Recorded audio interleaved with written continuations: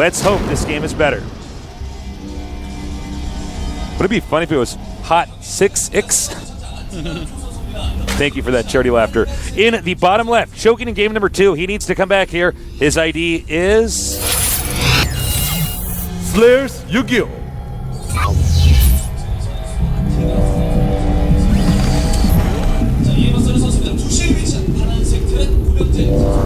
In the upper right, our Terran player, occasionally getting anxious in tournaments. Let's hope he doesn't this time around. He is FXO GuMiho.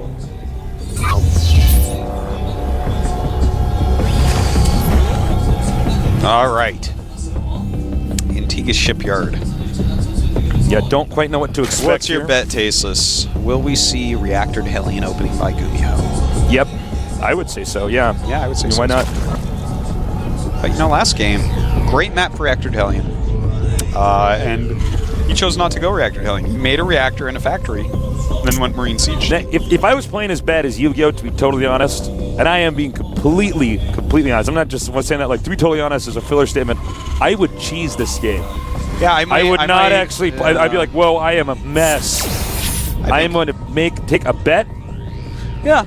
That if I can just do enough, if I can do damage early on, yeah, I will win. Maybe a Roach Bane all yeah, in or exactly. like that. Something like that. I would not go for a long game. Yeah. I think that's as totally painful as that reasonable. game was to watch, and as painful as it was to cast, it's even more painful to play like that.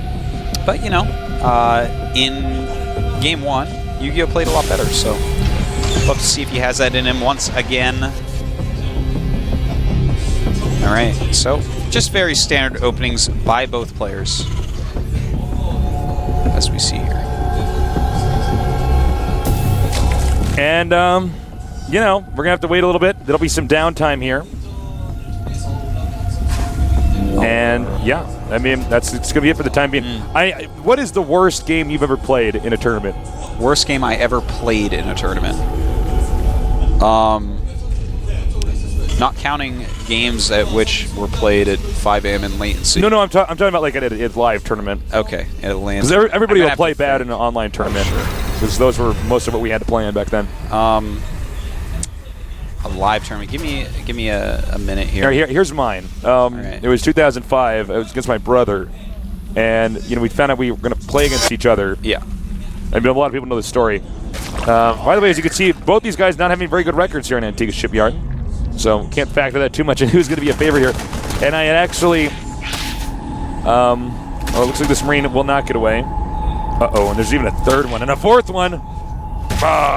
So basically, yeah, I had been training with him the entire summer for this WCG, so I was like, oh my god, what am I going to do? So I was like, well, Sean always goes mutas. Yeah. He won't go mutas in this game. Yeah, you overthought it. I overthought. I'm like, I'll just skip cannons in my main and get 2 more gateways and push and break his third. Then he just played normal and went mutas and just killed my main base. And I'm like, wow. Wow. I don't think that's. I think that's. Maybe that's not. Maybe that's bad planning. But yeah, I totally overthought that. You overthought it, but I don't think that's necessarily just bad play. I think 2005 against your brother, Tasteless, I like had one game where I actually was a nervous wreck during that game. So I made like only 18 SCVs or something. Are you serious? I just stopped making SCVs, and all my friends were like looking at it. They're like, why didn't you make more SCVs? I'm like, you don't understand. Kill me. Yeah, that was pretty bad.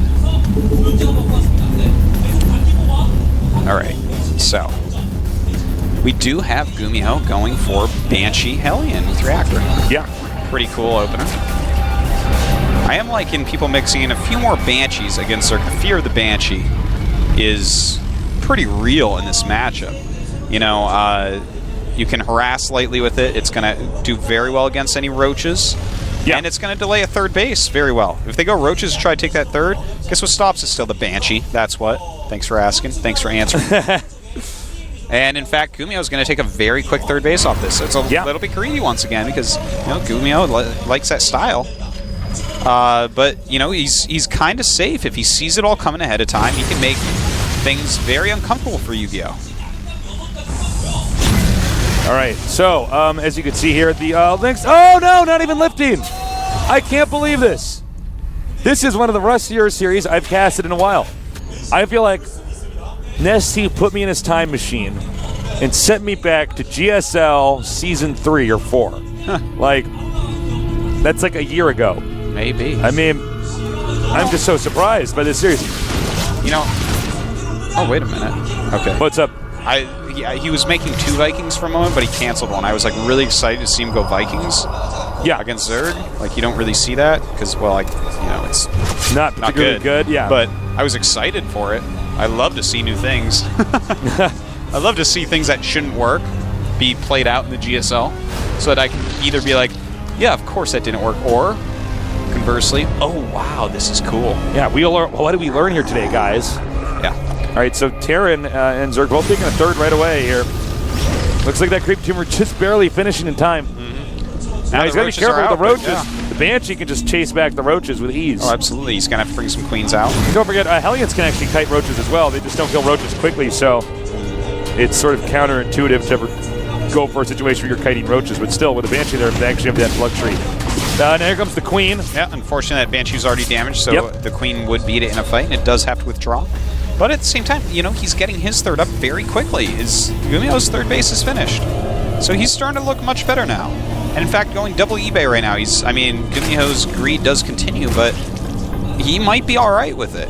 Oh, we actually have an infestation pit. Nice. Zergling's Baneling speed on the way. So actually, Yu-Gi-Oh's going into a unit composition that can get very aggressive very quickly.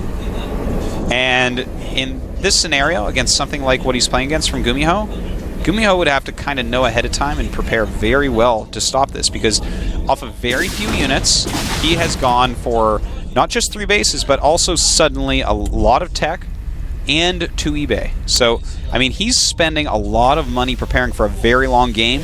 So if suddenly Yu-Gi-Oh comes in and says, no, we're deciding this now, that's going to be very difficult to actually deal with. And Zerg could do that, too, because the hatchery, even if it's an expansion, you don't have to just crank out drones there. You can make attacking units. Absolutely. And just go in there. I mean, at least with an orbital, you know what that Terran's up to. Yeah, exactly. And he scouts everything, so we'll have to see if he changes his mind on what he's doing. Is he going to continue drones, or is he going to switch into mass units? As Baneling speed is about to finish, the siege tank count is what is important against something like this, and there's only 2 out right now with the Banshee. And against the roaches to tank, plenty of speedlings and Banelings, I feel like he could at least kill all the SCVs at the third base. Maybe even do a killing blow, especially against how GuMiho is actually set up right now, which is a very risky setup.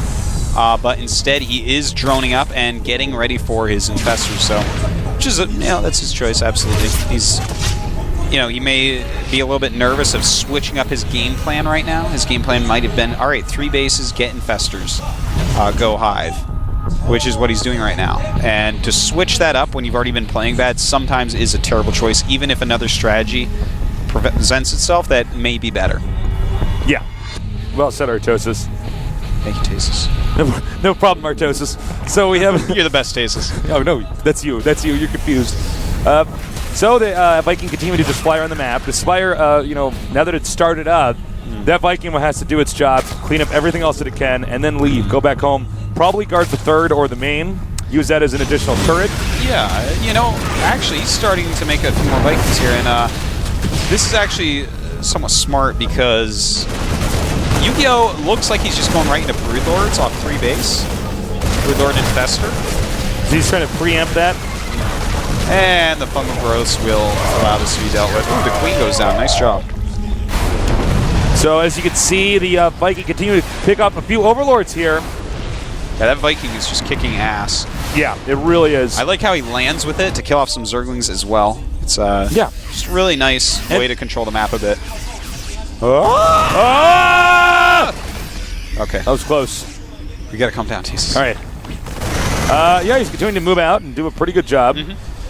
And Greater Spire is on the way, so it looks like we're going to have basically Lingbane, Infestor, Broodlord, which, is a pretty good composition overall. The Broodlords make tanks unsiege. That's what you want them to do at least. And then you roll in with Banelings and Infestors. Sometimes we have these compositions, they just sound stuff. It's like Lingbane, Infestor, Roach, Broodlord, Unicorn, Dinosaur, Mega Man. And I'm like, well...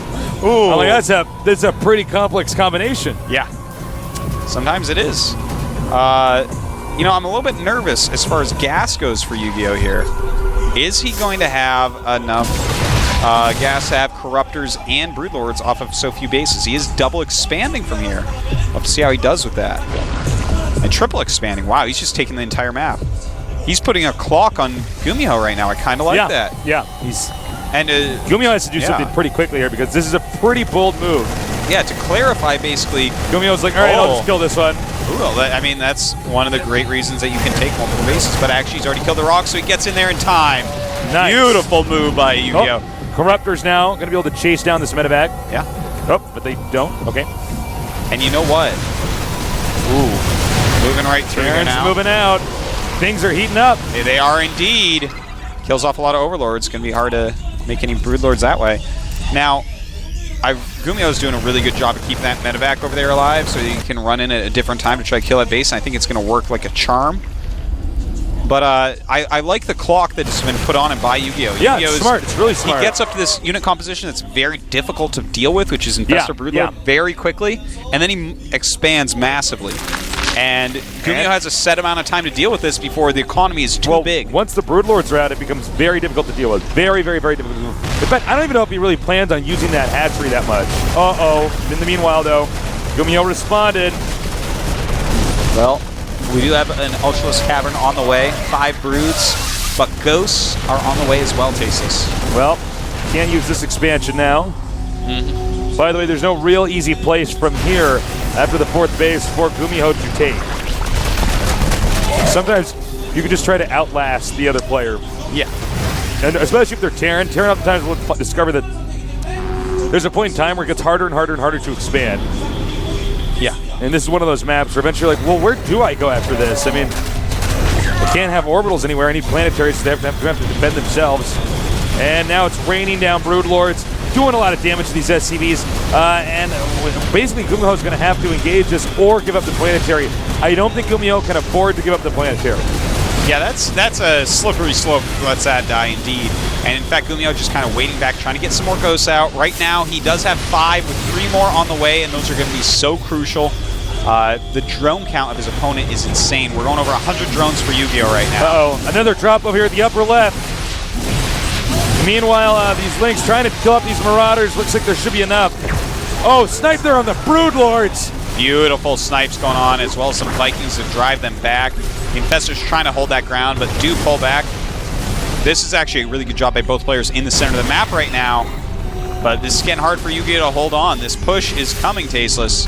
Well, GuMiho has been pretty consistent and concise. And he's been pretty consistent with just holding off the expansions from kicking in for YugiOh. He's not doing the best job of killing them up, but he's making them not useful. Yeah. He's attacking them to where it's not safe for the drones to be there. And a fungal on a single Marauder. Yeah, he's getting a little bit fungal happy here. Yep.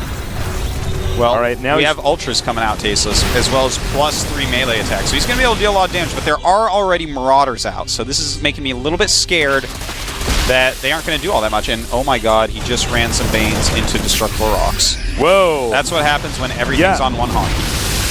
Yeah, he actually just did that. All right, this is going to go down in history as the game where Yu-Gi-Oh! Attacked the Destructible Rocks Banelings. I'm not sure how many lost, but at least some. GuMiho with a very tiny drop over here. One Marauder. A very tiny drop would be 1 Zerg. That would be the one Marauder. That's a fearsome drop, Tasteless. What are you talking about? Can Overlords pick up Broodlings? Yeah, they can. All right, absolutely, man. That'd be the tiniest drop. TLO's Broodling drop. Sick. Sick, man. He scares you like he's going to hurt you, and then they disappear. False alarm. All right, here we go. Dude, that's a lot of ghosts in there. All right, he's dropping the upper left. And here we go. He's trying to engage. Oh, beautiful fungal all over a lot of the ghosts. Oh, the second batch of ghosts. Oh, you get fungal. Can he kill off all the ghosts? Yes, and he does. He can and he does. And I think that's the one where YugiOh's like, well, I'm going to leave now. Yeah. I've done all the damage I needed to do. Exactly true. And that's exactly what he did.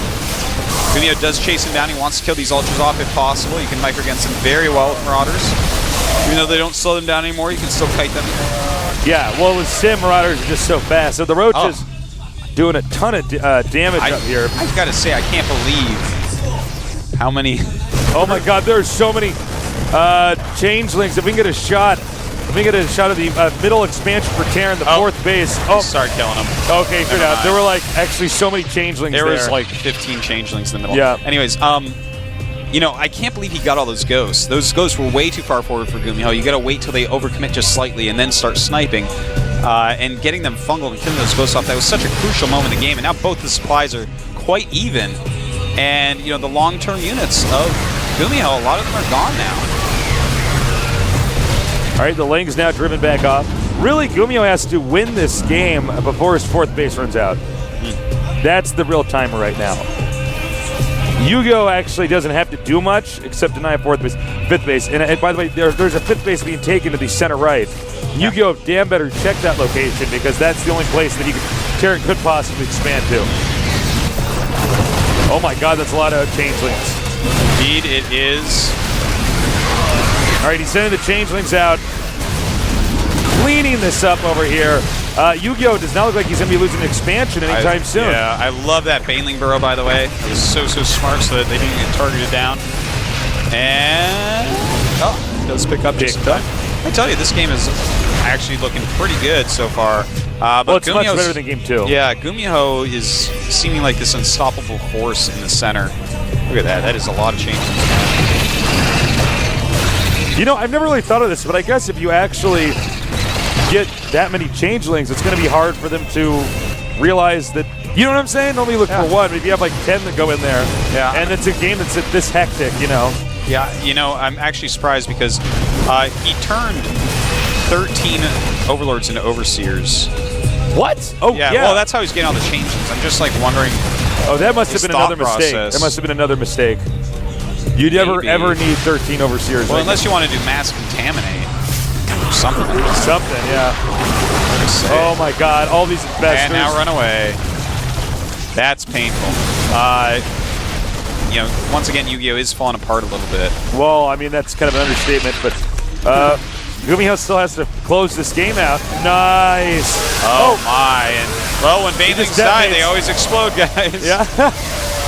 And that allowed him, he should have really moved those ghosts out of the way. GuMiho losing a lot of ghosts this game, but I think, you know, he's still got a good bank, even though supply is evened up once again. His bank is strong. YugiOh, though, going towards the center. Oh, man, if he goes up the center, those Siege Shanks are all fair game. And he is going to kill those off so easily, losing none of his ultras in the process. Damn. Once again, a ton of changelings over here. This is a really weird strategy we're seeing by him. And by the way, we have 4K gas banked for YugiOh. I would love to see him ultras. He just keeps buying a lot of Zerglings, and it's fine if he's making a lot of Banes, but I just feel like he should be saving his minerals to get a little bit more of the high. You know what he could do is just make a bunch of Banelings and target down the that's actually what he could do. Yes, you're quite right, and I think that would not be necessarily a terrible decision. Just, I mean, he needs to just use the gas somehow. He needs to figure out something for it. Well, he has the most valuable resource. Yeah, and he's just not really using it. All right. And the thing is, you do want a lot of lings at this point, you know. Oh, nukes. 2 nukes. That's sick. All right. Double nuking that hatch. Has a lot of drones at it. If YugiOh doesn't run, that's painful. That's 13 drones that are going to go down. Goodbye, all right, drones. Here we go. And boom. Oh, was there another nuke somewhere else that went off? Check on the map, Artosis, because we saw 2 nukes fly up. I think that was both. Oh, was it both? Okay. Yeah. He wants kind of sexy play here by GuMiho. Yeah. Nice. All right, meanwhile, a drop over here, targeting down the hatchery. But Lings come in. Will they get in time, though? It looks like they will. Yes, they do. Wow, saves that hatch. Jeez. Big deal right there. He needs to keep that hatch mining. And, I mean, this game is actually pretty close, man. Looks like we have the more changelings dumped off here. I guess it's a good way to follow the army a little bit. Yeah. They can at least see what's going on. Yeah. Meanwhile, this very injured hatchery it might be killed in this drop. We're going to have to see. Yeah, it looks like it probably is going to be. Yeah, it's definitely going to go down. That hatchery's mid-speed. YugiOh's been doing a good job in some parts of this game, but okay, oh my god, hold on. We have all these Marauders get shredded, and the planetary goes down. Wow, hugely important right there. The Marauders in that center just not dying at all. The +3 armor and the medevacs just, oh wow, those things just fought forever to kill those. Well, now we have, the only thing that's left for Terran right now is the base to the lower right. Does he know about that, Artosis? Yes, I believe he in fact does. No, actually he hasn't. He doesn't, okay. What? Yeah, I can't believe, YugiOh, very sloppy by YugiOh. YugiOh might think that he just about has it, and oh my god. There is just stuff going on absolutely everywhere. Yeah. GuMiho is dropping everything. All right, as you can see, it doesn't look like YugiOh can quite keep up. He's just barely holding this up everywhere. The hive is gone. Oh man, that's so bad. Now he has to do is drop it and kill off a few more tech structures. He gets a Spire, for instance, gets the Infestor Pit. Oh man, that would be just absolutely killer, but the drop is cleaned up. YugiOh having a hard time collecting enough minerals to keep going here. He's having a hard time focusing in this game. You know, I think at this point you might think he's won because he hasn't seen that extra base that he could kill. But you know, it's so funny because that's such the obvious place for the Terran to expand to next. You know? Yeah, it's it's an area that's going to be a little bit harder to attack into. Not all my overseers. Uh-oh. How will I really detect everything? Well, GuMiho just keeps on fighting back through the center here. His massive upgrades, his huge amount of medevac, just keeping everything alive.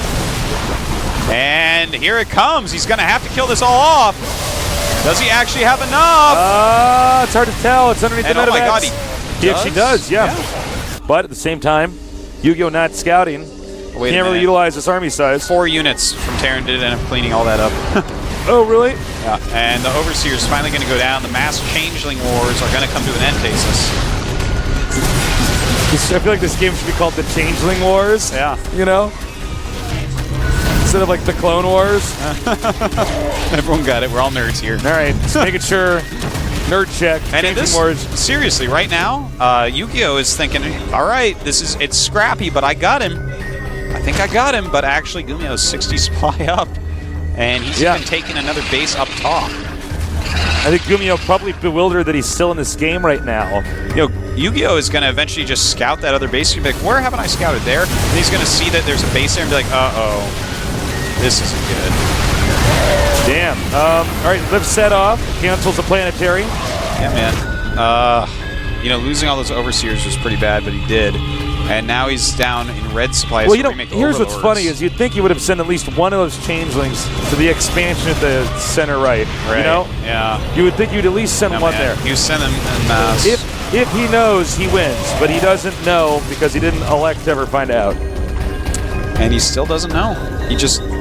He still hasn't scouted it. It's the only spot on the map he can't see, guys. Yeah. That's the only thing on the map he cannot see. That's actually very true. Is he literally ever going to scout that? I just don't understand. It's so obvious that this game has come down to just the expansions here, and he's just ignoring that expansion like it doesn't exist. We've certainly all had games like that. It was just so sad. I love that burrow that he just did. Yeah. You should launch a nuke on those.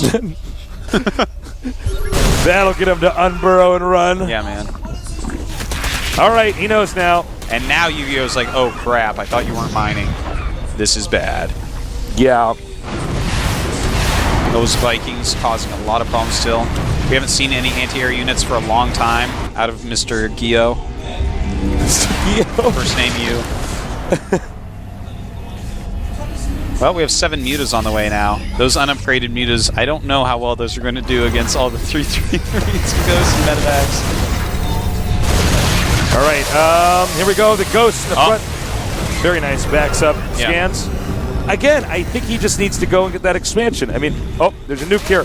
Oh my God, he does. Oh, yeah, gets it. That's very important. I'm like so busy looking at that red circle close in. I'm like not paying attention to the fact that the ghost is being killed. All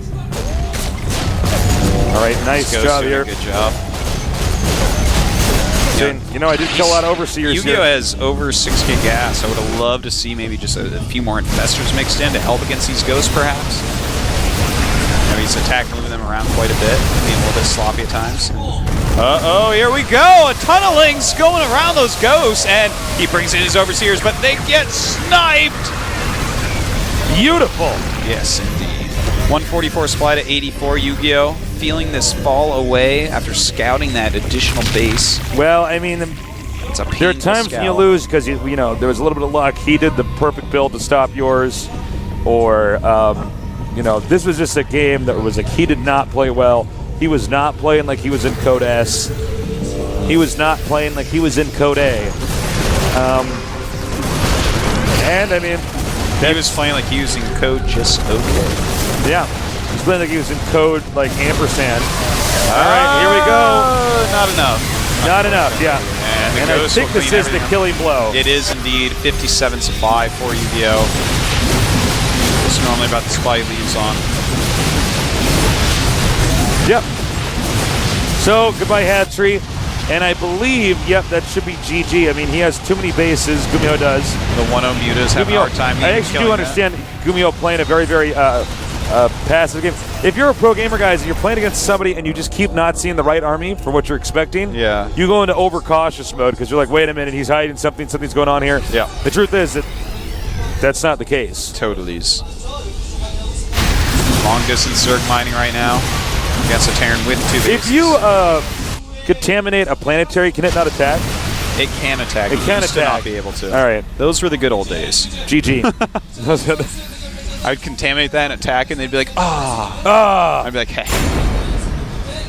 All right, GuMiho's still in this, but he's got to go through XENIO first. It's going to be a hard one. I gotta say, XENIO was having a tough time in that game. YugiOh out in last place. We'll be going down to Code A round 1. We'll see how far he can get. We wish him the best of luck. Indeed, he's going to need it. He's got to strengthen up his play a little bit. It seems like he's playing a bit nervous. A few mistakes here and there. Really costing you big. Yeah. Your head like came up. I thought I knocked out the audio card. I was like, uh-oh. Like, Tasis isn't actually a I'm mole. just here like, you guys can't hear me? Well, guys, that was a great last game. It was not our best series. It was a fun last game, though. Not our best, but it was fun. I liked a lot of the changelings. That was really cool. Yeah, I really wonder exactly what his plan is with that, because he just keeps making mass changelings. Yeah. Maybe he wanted to have a lot of overseers just for ghosts. Maybe it was a complete mistake. I don't know. That's a pretty difficult mistake. But I mean, what do you really want to spend that much gas? And the truth is, that game he didn't even really spend his gas that well. I mean, think about that.